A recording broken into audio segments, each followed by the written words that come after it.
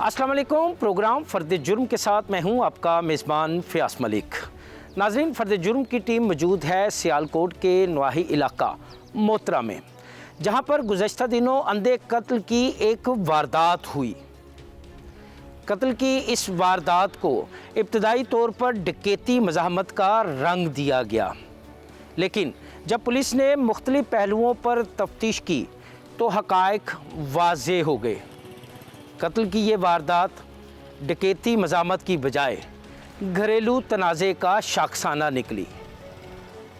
Police ने तफ्तीश का दायरा कार वसी किया और अंधे कत्ल की इस वारदात में मुलविस मुल्ज़मान को गिरफ़्तार कर लिया।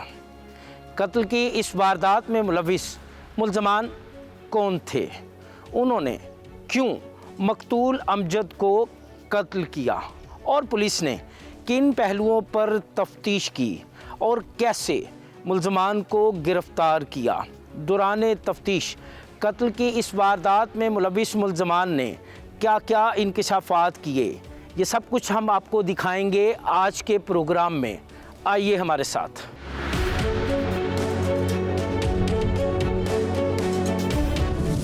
मैं आ गया हूँ थाना मोतरा में, जहाँ हम तफ्तीशी ऑफिसर से गुफ्तगू करेंगे।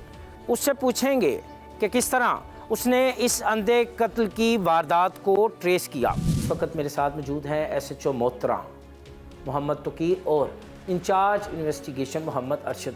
तोकीर, क्या वाक़या था, कैसे पेश आया, किन पहलुओं पर तफ्तीश की और जाए वक़ुआ के क्या मनासर थे? बिस्मिल्लाहिर्रहमानिर्रहीम। सबसे पहले आपके आने का शुक्रिया। इसमें ये 13 तारीख़ है 7वें महीने की 2024 को एक वक़ुआ हुआ। बाकरपुर गांव है, इधर इलाका थाना मोतरा, डिस्ट्रिक्ट सियालकोट में। एक अमजद नामी बंदे का मर्डर हुआ, जो बज़ाहिर तो उन्होंने उस एक डकैती का रंग नज़र आया। बज़ाहिर जब मौके पे हम गए तो एक बाइक उसके पास नहीं थी, फायर लगे हुए थे मकतूल को, और एक से ज़्यादा फायर थे।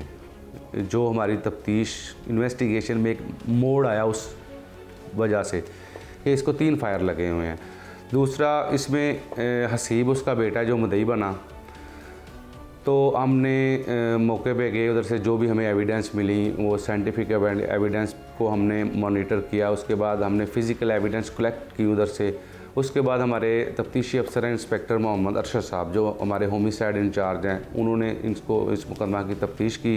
अच्छा, इब्तिदा में ये जो कत्ल था ये टोटल ब्लाइंड था, अंधे कत्ल की ये वारदात? बिल्कुल टोटल ब्लाइंड। तो इसके लिए आपकी निगरानी में कितनी टीमें थीं, होमिसाइड की और अदर विंग्स की? हमारी होमिसाइड की टीम भी इस पे वर्क करती रही। हमारे थाने की भी टीम, एक जो ह्यूमन इंटेलिजेंस सोर्सेज के पे काम करती रही। एक हमारी टीम जो थी वो IT पे काम करती रही, जो हमने जियो फेंसिंग और इनकी जो CDR के मुताबिक हमने इन पे वर्क किया। वो टीम हमारी अलहदा थी। अच्छा तोकीर, डकैती कत्ल की वारदात थी, रोला मच गया, शोर मच गया, अफसरान की तरफ से खिंचाई शुरू हो गई, आपकी दबाव आप पे डाला गया कि ये कैसे वारदात पेश आई। तो उस वक़्त क्या सूरत हाल थी? उस वक़्त तो काफ़ी प्रेशर था। ज़ाहिर इतनी लर्ज़ा खेज़ वारदात थी, जो एक इंसान का मर्डर हुआ था। लेकिन हमने सबसे पहले इसमें एविडेंस कलेक्ट की हैं, जो हमें IT की मदद से मिली, हमें ह्यूमन रिसोर्सेज की मदद से मिली। हमने अपने जो भी पुलिस की साइंटिफिक वर्क है उसके मुताबिक हमने काम किया। हमने पहले एविडेंस कलेक्ट की। एविडेंस कलेक्ट करते करते हम बिल आखिर असल कातलों तक पहुँच गए। अच्छा अरशद, वाक़या हुआ, मुकदमा दर्ज हो गया, तफ्तीश शुरू हो गई। होमिसाइड का इसमें क्या किरदार था? होमिसाइड विंग ने किन पहलुओं पर तफ्तीश की और किस तरह मालूम हुआ कि कत्ल की इस वारदात में कौन मुलविस है? जो होमिसाइड यूनिट है ये मर्डर की इन्वेस्टिगेशन करता है। कोई भी मर्डर हो जाए सर्कल में तो उस पर फिर मुझे कॉल की जाती है कि जी आप पहुँचे उधर। मैं भी मौका पे गया, मौका पे एविडेंस और फोरेंसिक टीम को भी बुलवाया गया। वहाँ से जो एविडेंस थी वो कलेक्ट की गई। उसके बाद जो है वो फिर इन्वेस्टिगेशन शुरू हुई और चूंकि मैं आईओ था तो अल्टीमेट फिर बर्डन मुझ पे ही ज़्यादा आता था कि आप आईओ हैं, आपने बताएं किस तरह क्या किया, अभी तक क्या हुआ। तो उसमें जो है ना फिर वो डीपीओ साहब के ज़ेर निगरानी टीमें बनी, एसएचओ साहब की टीम बनी, एक मेरी अलहदा से टीम, एक आईटी टीम। तो हमने तीनों टीमों ने मिल के वर्क किया। एसएचओ ने ह्यूमन बेस्ड इंटेलिजेंस जो सोर्सेज उन पे किया, मैंने अपने तरीके से किया। जो ये इस तरह की जो वारदात है लोगों को शामिल किया, फैमिलीज़ को भी इस कितने रिकॉर्ड याफ्तगान को आपने शामिल तफ्तीश किया? तकरीबन 10 से 12 लोगों को रिकॉर्ड याफ्तगान को भी शामिल तफ्तीश किया। उसके अलावा जो है दोनों, चूँकि इसकी मकतूल की 2 फैमिलीज़ थी। अच्छा जी, मैं फिर हमने उनको भी शामिल तफ्तीश किया और वहाँ से भी हमें कोई लाइन एक मिल रही थी कि इनके फैमिलीज़ का आपस में इम्तियाजी सलूक है, मरने वाले का फैमिलीज़ के साथ सलूक ठीक नहीं था। एक को ज़्यादा वो बॉदर करता था, दूसरी को नहीं करता था। अच्छा, तोकीर, अंधे कत्ल की इस वारदात को कैसे आंखें मिली और कौन था कत्ल की इस वारदात में मुलविस? इस वारदात में इस मकतूल का सगा बेटा इस बेटे ने बाप को कत्ल किया। बेटे ने बाप का कत्ल किया। ये ड्रामा कैसे रचाया उसने डकैती मज़ामत का? मर्डर के बाद उसने इसका मोटरसाइकिल ले गया साथ मकतूल का, ताकि ये एक डकैती की वारदात शो हो कि डकैती के दौरान मज़ामत किया तो ये मर्डर हुआ, ताकि इन पे शक ना आए। हमने वो एक ना मकूला है कि पर्दे के पीछे देखे, look behind the obvious, look behind the scene. हमने उसको फिर फॉलो किया। हमने देखा कि रीज़न क्या हो सकती है। जो रीज़न्स थी कि मोस्टली जो डाकू होते हैं वो मज़ामत करते हैं तो एक ही फायर मारते हैं, भाग जाते हैं। ये इसको 3 फायर में लगे थे वाइटल आर्गन पे। पहला फायर था। अच्छा, 3 फायर? पहला फायर सर पे था। अच्छा, तो इसका मतलब था कि इसको टारगेट किया गया है। तो हमने फिर वो इसकी बैकग्राउंड पे गए, इसकी हिस्ट्री देखी, इसकी फैमिली हिस्ट्री देखी। तो उधर से चलते चलते हमने फिर इनकी CDR वगैरह ली फैमिली की, उनकी लोकेशंस ली, उनकी इसके पीछे ऑब्जेक्टिव क्या था उसको हमने स्टडी किया। तो आखिरकार हम जो है ना वो इसके बेटे तक पहुंच गए। अच्छा अरशद, कौन से ऐसे शाहिद थे जो कि आपको कातिल तक लेके गए? क्योंकि ये आप दोनों की जॉइंट इन्वेस्टिगेशन टीम थी, तो कौन से ऐसे शाहिद थे जो आपको मुल्ज़म तक लेके गए? और मुल्ज़म एक था या एक से ज़्यादा? जी, असल में जो जैसे तोकीर साहब ने कहा पहले कि उसको फायर 3 थे, मल्टीपल फायर थे। अब जो वारदात होती है उसमें जब डाकू से मज़ामत की जाती है तो वो फायर करता है और निकल जाता है, और वो फायर भी ऐसे ही कर देता है, यानी कि खौफ से। वो ये नहीं होता कि उसने सर पे मारना है या दिल पे या कहीं भी। तो इसमें मल्टीपल फायर थे। हमने उस चीज़ को इन्वेस्टिगेट किया कि ये टारगेट है, ये वारदात नहीं है, वारदात का रंग दिया गया है। इन चीज़ों को जब उजागर किया गया और ये चीज़ें जब सारी इन्वेस्टिगेट की गई तो फिर हम इस नतीजे पर पहुँचे कि ये उसके बेटे ने, और जियो फेंसिंग में जो सस्पेक्टेड नंबर हमारे पास आए वो चीज़ें मैच हो गई हमारी।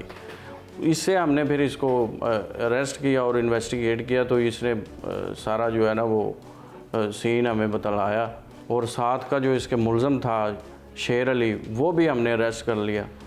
ठीक है, और मोटरसाइकिल मकतूल की जो है वो भी हमने उससे बरामद हो गई और वो चीज़ें सारी इस्टेब्लिश हो गई। इब्तदाई तफ्तीश में मुल्ज़म ने क्या बताया? इब्तदाई तफ्तीश में उसने यही कहा है कि जो है ना मेरे वालिद का बचपन से हमारे साथ सलूक अच्छा नहीं था, मेरी वालदा के साथ भी अच्छा सलूक नहीं था। लास्ट टाइम वो कहता है कि मैं इलेक्ट्रीशियन की या गाड़ियों के इलेक्ट्रीशियन का काम करता है, मैंने वालिद से पैसे मांगे, डिमांड किए कि मुझे पैसे दें, दुकान बनानी है, वो भी मुझे नहीं मिले। तो ये जो बचपन से जो चीज़ें इग्नोर करता था, इस तरह से जो चीज़ें बढ़ती वो फिर नफ़रत यहाँ तक पहुँच गई कि उन्होंने अपने बाप को ही मर्डर करने का फ़ैसला कर लिया और उसने हुआ कर लिया। अच्छा, तोकीर, कब तक कत्ल की इस वारदात की तफ्तीश मुकम्मल हो जाएगी? ये जो भी हमारा लीगल जो टाइम फ्रेम है उसके अंदर इंशाल्लाह तफ्तीश मुकम्मल हो जाएगी, मैक्सिमम विदिन 2 वीक। क्या आप समझते हैं कि आपके पास इतने शाहिद हैं जिनसे आप मुल्ज़मान को उनके किए की सज़ा दिलवा सकेंगे? जी बिल्कुल, इंशाल्लाह हमारे पास इतनी एविडेंस है जो इन मुल्ज़मान को इनके किए की सज़ा दिलवाने के लिए जो है हम कोर्ट में पेश कर सकेंगे। बातें सुनी आपने SHO मोहतरा मोहम्मद तकीर और इंचार्ज इन्वेस्टिगेशन मोहम्मद अरशद की। इन दोनों अफसरान ने बताया कि किस तरह उन्होंने अंधे कत्ल की ये वारदात ट्रेस की। कातिल कोई और नहीं बल्कि मकतूल का सका बेटा था, जिसने घरेलू नाचाकी पर अपने बाप को कत्ल किया और इसे डकैती मज़ाहमत का रंग देने की कोशिश की। लेकिन कहते हैं ना कि जुर्म करने वाला कितना ही चालाक क्यों ना हो, कोई ना कोई निशान ऐसा ज़रूर छोड़ता है जिस पे कानून चल के उसे अपनी गिरफ्त में ले लेता है।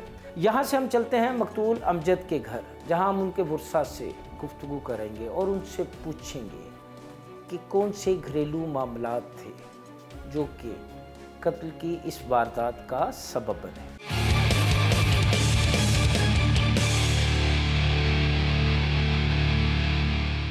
मेरे साथ मौजूद हैं मकतूल अमजद के बेटे हसीब, जो कि इस मुकदमे के मुद्दई भी हैं। उनसे पूछते हैं कि ऐसी क्या वजह हो गई, क्यों बेटे के हाथों बाप का कत्ल हुआ, क्यों उनके भाई ने अपने वालिद को कत्ल किया। बड़ा अफसोसनाक वाक़या है हसीब, अल्लाह ताला आपको सब्र जमील अता फरमाए। क्या ऐसी बात थी, क्यों कत्ल हुआ, क्यों बात इस नहज तक पहुंची? क्या घरेलू झगड़े जो थे वो शिद्दत इख्तियार कर गए थे? सर ये तो मुझे भी नहीं पता कि इसने किस वजह से मर्डर किया ये ला, और ये क्यों किया।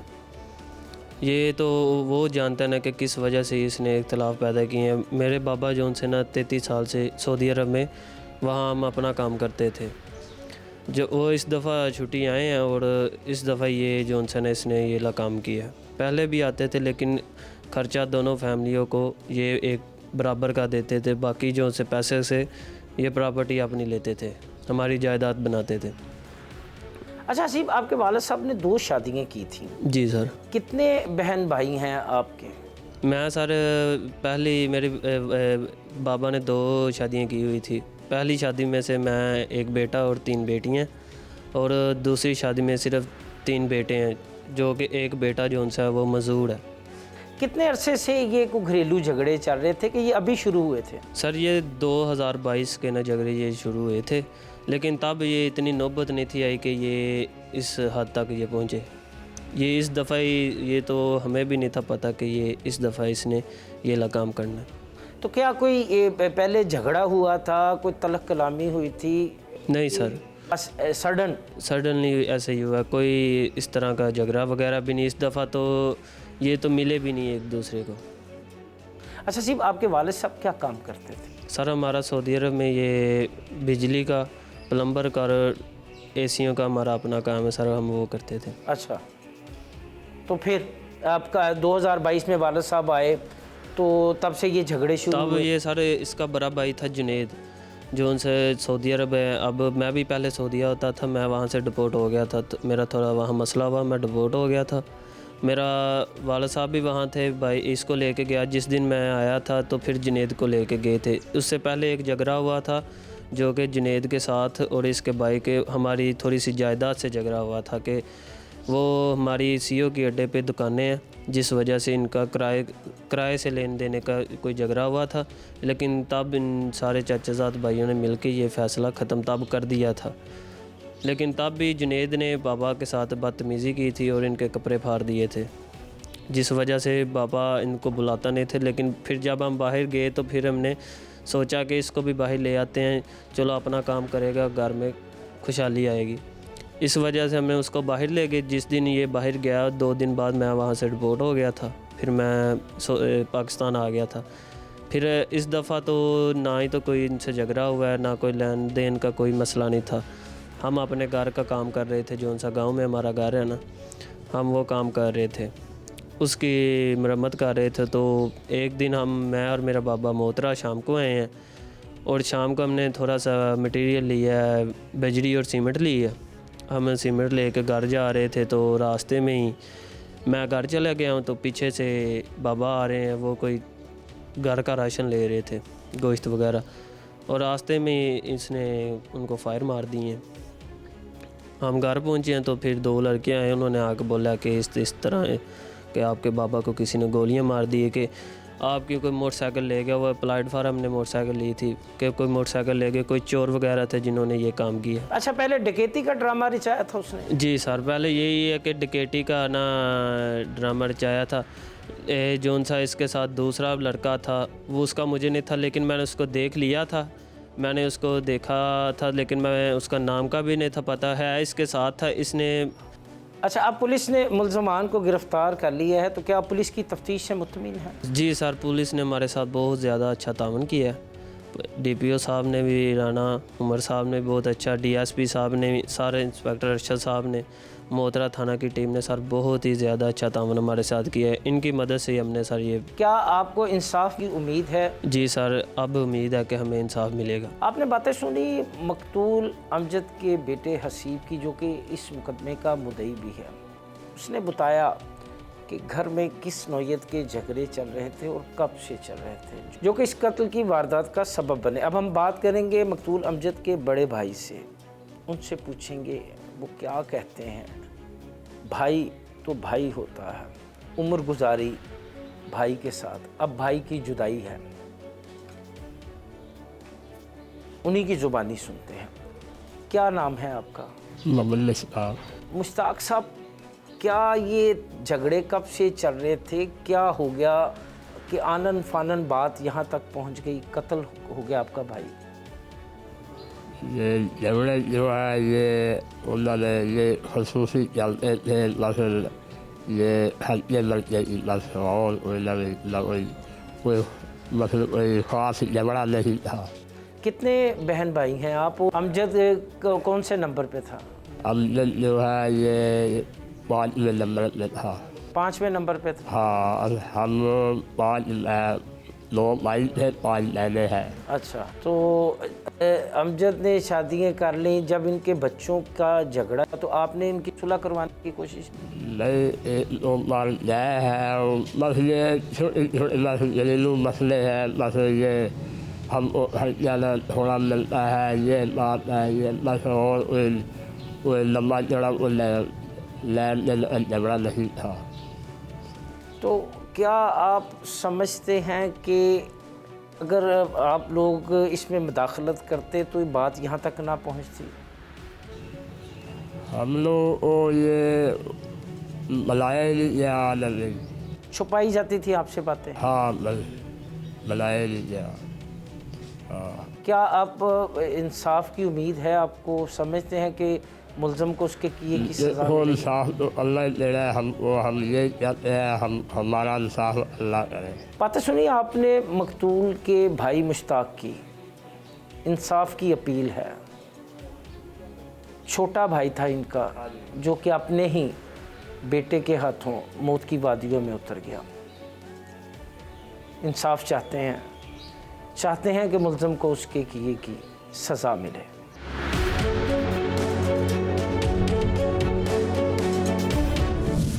जान, ज़र और ज़मीन हमेशा ही फसाद का सबब बनी है। बेटे के हाथों बाप का कत्ल, ये अंदोनाक वाक़या थाना मोहतरा की हदूद में पेश आया था। कानून इस बारे में क्या कहता है, इस बारे में हम बात करेंगे advocate high court Malik Mohammad Usman से। उस्मान, बहुत शुक्रिया, आपने अपना कीमती टाइम दिया। उस्मान, बेटे के हाथों बाप का कत्ल, क्या कहता है कानून इस बारे में? अनफॉर्चुनेटली जो सबसे ज़्यादा जराइम की शरह में इजाफा हुआ है वो डोमेस्टिक वाली से ही है। बाप के हाथों, बेटे के हाथों बाप का कत्ल कंपाउंडेबल ऑफेंस है, लेकिन इसमें उसके फैमिली मेम्बर ही विटनेस होंगे, लीगल एयर भी उसके फैमिली मेम्बर्स ही हैं, तो उसके लिए कानून ये कहता है कि वो कंपाउंडेबल है, वो उसको माफ़ भी कर सकते हैं। लेकिन पाकिस्तान पीनल कोड इसमें सेक्शन 311 इसको फसाद फिलर्स में भी सज़ा दे सकता है। अगर उसकी फैमिली मेम्बरान, उसकी वालदा, उसके बहन भाई उसको माफ़ भी कर देते हैं, लेकिन अगर रियासत चाहती है कि उसको उसके किए की सज़ा मिले तो वो 311 में रियासत मुद्दई बनकर उसको सज़ा भी दे सकती है। सेकेंडली, इसमें उसको अगर सज़ा हो जाती है तो कानून के मुताबिक वो अपनी वालिद की विरासत का हकदार नहीं है। अच्छा उस्मान, अभी आपने बताया कि अगर मुद्दई चाहे तो वो उसको माफ़ कर सकता है और रियासत चाहे तो वो ख़ुद मुद्दई बन के उसको सज़ा दिलवा सकती है, और अगर रियासत ख़ुद मुद्दई बनती है मुद्दई की मौजूदगी में तो तब जो है सज़ा की सूरत हाल क्या होगी? सज़ा वही होगी जो है? सज़ा बिल्कुल वही होगी। फसाद फी लर्ज़ में भी सज़ा जो है वो सज़ाए मौत है, और इसमें इसकी जो क्वांटिटी है, क्वांटम है, उसमें कमी अदरवाइज़ जो सर्कमस्टांसिस हैं उस बेस पे तो हो सकती है। लेकिन अगर प्रोसिक्यूशन, इन्वेस्टिगेटिंग ऑफिसर अपना केस अच्छे से इन्वेस्टिगेट करके और प्रोसिक्यूट अदालत में पेश करते हैं तो मुझे नहीं लगता कि इसमें कोई भी कमी की रियायतियाँ हैं। अच्छा उस्मान, अमूमन देखा जाता है कि तफ्तीश में बाज़ औक़ात जो है वो कहीं कोई कमी रह जाती है या कमी रख दी जाती है। मेरी बात समझ रहे हैं ना? बिल्कुल। कमी रह जाती है या कमी रख दी जाती है जिसका मुल्ज़म फ़ायदा उठाते हैं। आप क्रिमिनोलॉजी के एक नामवर वकील हैं, आप बताएं कि किन पहलुओं पर तफ्तीश की जाए और तफ्तीश का क्या मेयार होता है किसी गुनाहगार को उसके जुर्म की सज़ा दिलवाने के लिए? देखिए, जो दोनों ज़ाब्ते हैं, ज़ाब्ता फ़ौजदारी और कानून शहादत आर्टिकल, दोनों तकरीबन 150 साल पुराने हैं। अब इस जुर्म में अगर मॉडर्न डिवाइसेस से कलेक्ट की जाए एविडेंस, जियो फेंसिंग की जाए, उसका कॉल डाटा, उसके मौके से फिंगरप्रिंट्स तमाम को फ्रांसिक करवाया जाए, तो मेरा ख्याल है कि उसकी कनेक्टिविटी जुर्म से ज़्यादा साबित हो सकती है। अदरवाइज़ अगर हमारे ज़ाब्ते में भी और एविडेंस लॉ में भी जो कानून शहादत 1984 का है उसमें भी अपग्रेडेशन की बहुत ज़रूरत है। हमारे जितने भी लॉज हैं वो तकरीबन पाकिस्तान बनने से पहले के हैं। अगर उनमें ज़्यादा डिजिटलाइजेशन की तरफ आया जाए, उनमें मॉडर्न डिवाइसेस को, मॉडर्न एविडेंस को पार्ट ऑफ फाइल बनाया जाए, तो मेरा ख्याल है कि ये इन्वेस्टिगेशन को जो है वो ज़्यादा फ़ायदा दे सकती है। आपने बातें सुनी एडवोकेट मलक मोहम्मद उस्मान की। उनका कहना है कि अगर तफ्तीश के मेयार को बेहतर रखा जाए तो कोई वजह नहीं कि कोई गुनाहगार जो है वो सज़ा से बच जाए।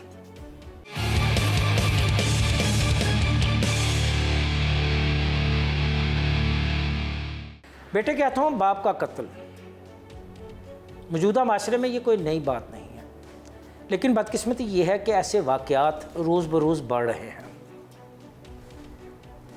कत्ल का ये वाक़या पहले अंधा कत्ल था, लेकिन जब इसको आंखें मिली तो इसने एक बार फिर मुआशरे का भयानक रूप जो है वो उसको दिखाया। कत्ल की इस वारदात के हवाले से भी हम बात करेंगे district police officer Sialkot Rana Umar Farooq से, और इसके साथ साथ हम उनसे ये भी पूछेंगे कि शहर इकबाल को महफूज बनाने के लिए बतौर डिस्ट्रिक्ट पुलिस ऑफिसर उनकी क्या तरजीहात हैं। बहुत शुक्रिया राना साहब, आपने टाइम दिया। राना साहब, खून के हाथों खून का कत्ल जी, पहले ये वाक़यात शादो नादर होते थे, लेकिन अब तो हर रोज़ ऐसे वाक़यात सुनने को मिल रहे हैं। आपके शहर सियालकोट के थाना मोतरा की हदूद में भी एक ऐसा ही वाक़या पेश आया था, जिसे पहले डकैती का रंग देने की कोशिश की गई। तो हम तफ्तीश में पता चला कि बेटे ने बाप को कत्ल किया है। जब ये वाक़या पेश आया तो आपने क्या हदायत जारी की, किन पहलुओं पर तफ्तीश शुरू करवाई? बिस्मिल्लाहिर्रहमानिर्रहीम। फ़याज़, सबसे पहले तो डिस्ट्रिक्ट सियालकोट पे मैं आपको खुशामदीद कहता हूँ। आपने जिस वाक़े की तरफ मेरी निशानदही की, थाना मोतरा हमारा एक रूरल एक पुलिस स्टेशन है, जहाँ पर एक ये अंधोनाक और एक लर्ज़ा खेज़ वारदात जो है वो 13 जुलाई की शब को पेश आई, जिसमें हमें पुलिस को इतला मिलती है कि एक शख्स जो कि अपने बेटे के साथ घर की जानिब जा रहा था और रास्ते में उनके साथ एक वारदात हुई, जिस वारदात में उनको उसके वालिद यानी कि मोहम्मद अमजद को असलह आतशीन से 2 मोटरसाइकिल सवार लोगों ने कत्ल कर दिया, और उसके साथ साथ वो जिस मोटरसाइकिल पर होंडा 70 सीसी जो थी वो भी स्नैच कर ले गए। तो जिस तरह ज़ाहिरी तौर पर हमें लगा कि ये शायद एक राहज़नी की वारदात थी, जिसमें डाकुओं ने उससे कुछ छीनने की कोशिश की और मज़ाहमत पर उसको गोलियों का जो है बारिश उसके ऊपर कर दी, जिसकी वजह से मौके पर जो मोहम्मद अमजद है वो हलाक हो गया और उसकी मोटरसाइकिल जो है वो डाकू नामालूम मुकाम की तरफ ले गए। हमने फ़ौरी तौर पर वहाँ पर SHO ने, DSP ने, हमारी जो क्राइम सीन लैब है उसने रिस्पॉन्ड किया, PFSC की गाड़ी को हमने वहाँ पर बुलाया और उसके बाद हमने वहाँ पर जो तफ्तीश के इब्तदाई अमूर हैं उनको कंप्लीट करने के बाद FIR की रजिस्ट्रेशन और पोस्टमार्टम को यकीनी बनाकर फौरी तौर पर साइंसी और तकनीकी बुनियादों पर इसकी तफ्तीश का आगाज़ किया। इसमें जो मुद्दई है वो इस मोहम्मद अमजद का सगा बेटा था, जो कि हसीब अमजद इस मौके का ऐनी शाहिद भी था। वो भी मेरे पास आया।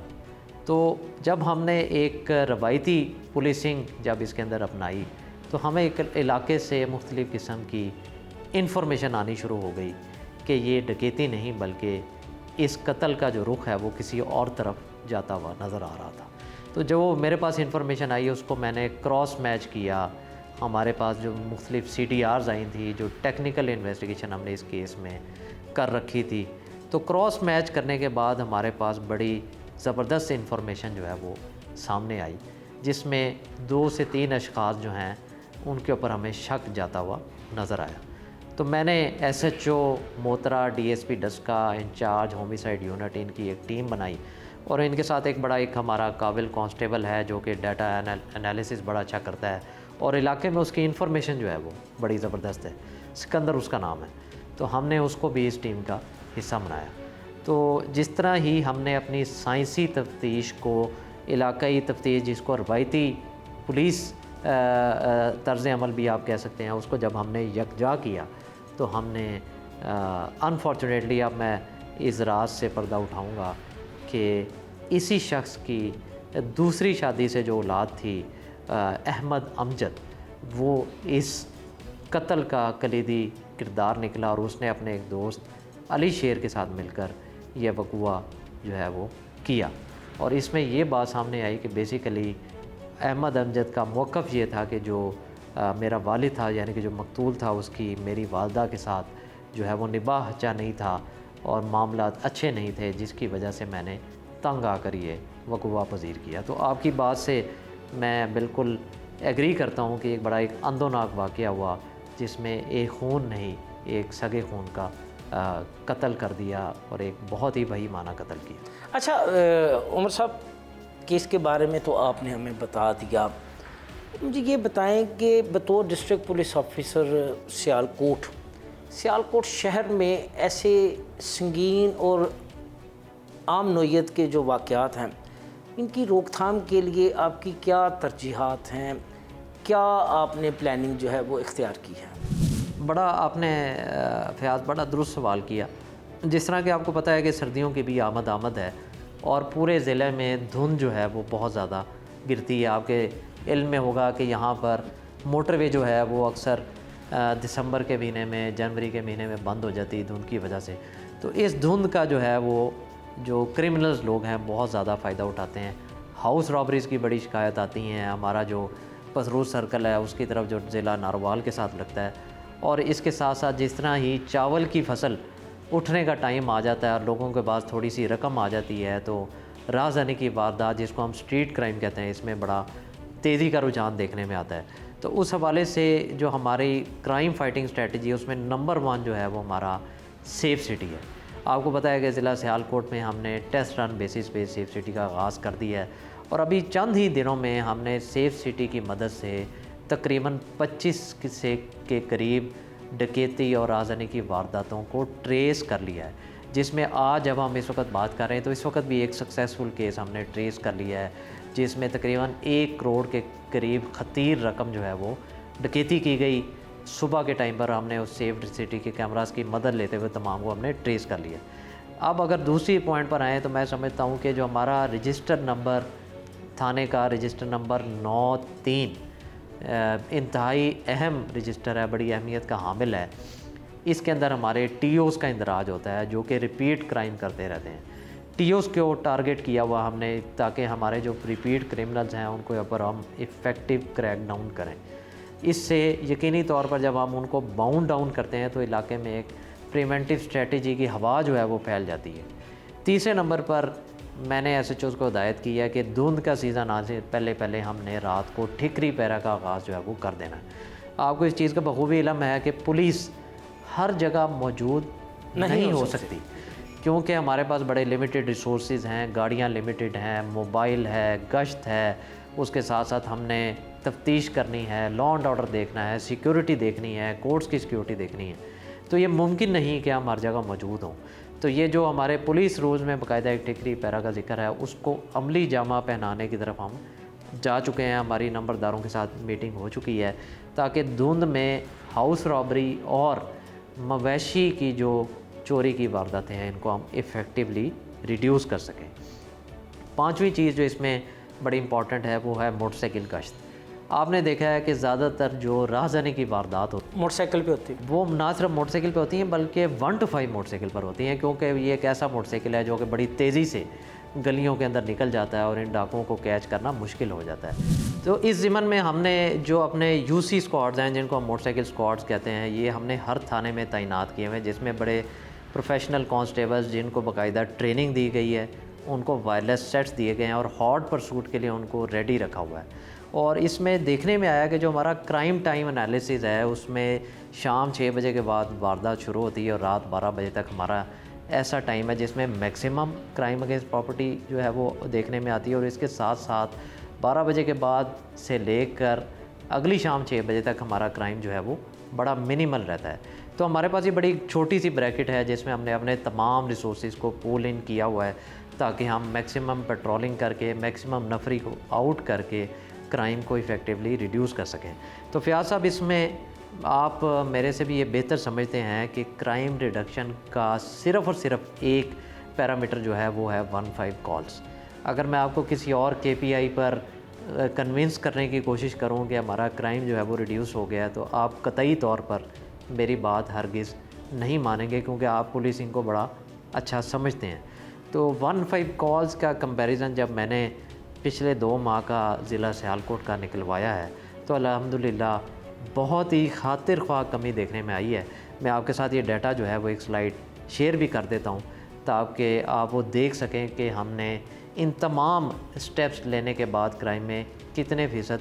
अच्छा उमर, सियालकोट और उसके गिरदोनवा में अंधे कत्ल की वारदातें बहुत ज़्यादा हैं और ऐसे ही कत्ल की वारदातों में अमूमन करीबी अजीज़ खूनी रिश्ते जो हैं वो इन्वॉल्व हैं।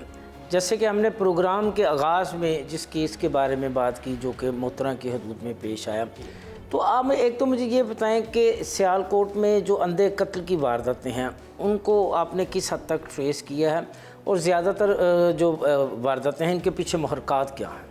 आपने बहुत अच्छा सवाल किया। इसमें फ़याज़ साहब, मैं ये समझता हूँ कि ये जो कत्ल की वारदात है, जब भी मैंने किसी भी ज़िले में कमांड संभाली है तो मैं सबसे पहले जो अपनी मीटिंग करता हूँ SHOs के साथ, उसमें मेरी ये पॉलिसी गाइडलाइन होती है कि जब भी कोई कत्ल का केस हो जाए तो विदिन 48 आवर्स जो है वो हमने उसकी तफ्तीश को मुकम्मल करना है अपने तमाम सर रिसोर्सेज को यूज़ करते हुए। और जब भी कोई SHO और फर्स्ट रिस्पॉन्डर उस क्राइम सीन पर जाता है तो उसको क्राइम सीन देखकर काफ़ी चीज़ों का इल्म हो जाता है कि ये मर्डर है या ये सुसाइड है और इसमें कौन कौन से लोग जो है वो शामिल हो सकते हैं।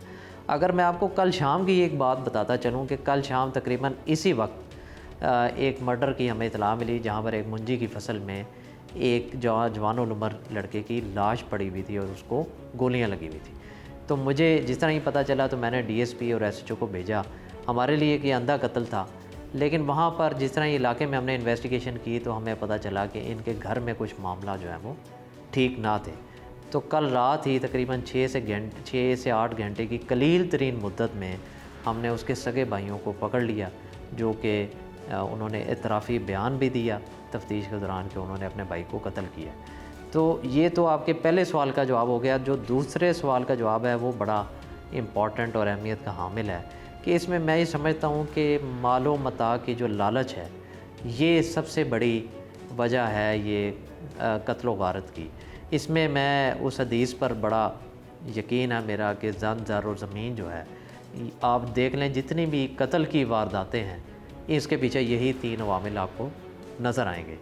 तो अमूमी तौर पर देखने में आता है कि ज़िला सियालकोट में ये कत्ल की जो वारदातें हैं ज़्यादातर जन और ज़र के पीछे हो रही हैं, जो कि एक बड़ा हमारे लिए एक काबिल तशवीश मामला भी है। अच्छा उमर, कहीं बेटा बाप को कत्ल कर रहा है तो कहीं भाई भाई को मार रहा है, जी, माशरा किस जानिब जा रहा है? इसमें फ़याज़ साहब ये अगर आप मुझसे हकीकी बात पूछने की कोशिश कर रहे हैं तो मैं ये कहूँगा कि ये एक बड़ी ही सख्त बात है, बड़ी ही मुश्किल। आपको शायद ये फील भी आ रहा हो कि मुझे बात कहने में मुश्किल पेश आ रही है कि ये माशरे की सिमत जो है ये सही तरफ नहीं है। ये एक माशरे की अंदर जो एक सोशल फैब्रिक का हम एक लफ्ज़ यूज़ करते हैं वो ब्रेक होता हुआ नज़र आ रहा है। आप अगर आज से 20 से 25 साल पहले चले जाएं तो एक थाने में साल में 2 से 3 कत्ल होते थे, और अब ये देखने में आया कि मेरी मौजूदगी में थाना किला कालरवाला की हदूद में एक ही एपिसोड में, एक ही FIR में 7 बंदों को जो है वो कत्ल कर दिया गया और वो लुक़मा अजल हो गए सिर्फ ज़मीन की दुश्मनी की वजह से। तो कैसे ऐसे वाक़यात पर काबू पाया जा सकता है? वैसे ये सीनियर पुलिस ऑफिसर बताएं। आपने मेरे दिल का सवाल पूछा। इसमें फ़याज़ साहब मैं ये समझता हूँ कि इस प्रोग्राम के तवस्सुस से जितने भी हमारे इक़्तिदार में लोग बैठे हैं जिनका लॉ मेकिंग से ताल्लुक़ है, मैं ये समझता हूँ कि आप अगर कब्ज़े के मामला देख लें, आप डकैती के मामला देख लें, आप राजधानी के वारदातें देख लें, या आप कत्ल मुकातले की वारदात देख लें, इन तमाम वारदातों में आप असलहा माइनस कर दें तो आप खुद ही इस जवाब को पहुंच जाएंगे कि क्या ये वारदातें हो सकती थीं। आज से 30 साल कबल किसी बदमाश के पास अगर एक वो गरारी वाला खंजर होता था तो उसको बड़ा बदमाश जो है वो इलाका उससे डरता था कि उसके पास एक गरारी वाला खंजर है। तो अब चूँकि असला आतशीन जो है वो खुलेआम लोगों के पास है, जिसका दिल करता है वो असला निकालता है और असले के ज़ोर पर कब्ज़ा कर लेता है, असले के ज़ोर पर वारदातें कर लेता है और दूर बैठ के लोगों को कत्ल कर देता है। तो सिंगल पॉइंट मेरा ओपिनियन इस हवाले से बड़ा वाज़े और क्लियर है कि अगर हम माशरे से ये असला भले लाइसेंसी हो या गैर लाइसेंसी हो, इसको ख़त्म करने में कामयाब हो जाएं तो मैं समझता हूँ कि पूरे पंजाब में नहीं पूरे मुल्क में वारदातों में, कत्ल में और कब्ज़े के मामलात में खातिर ख्वाह कमी देखने में आएगी। बातें सुनी आपने district police officer Sialkot Rana Umar Farooq की। उनका कहना है कि ज़र, ज़न और ज़मीन हमेशा ही वजह तनाज़ा बनी है। मुआशरे को अगर संगीन और आम नौयत के जराइम से पाक करना है तो इसको असला फ्री करना होगा, असले की गैर कानूनी तरसील को रोकना होगा। यहाँ प्रोग्राम फ़र्द जुर्म का वक्त ख़त्म हुआ चाहता है। अगले हफ्ते नए प्रोग्राम के साथ दोबारा आपकी खिदमत में हाज़िर होंगे। तब तक के लिए मुझे और मेरी टीम को इजाज़त दीजिए। अल्लाह हाफ़िज़।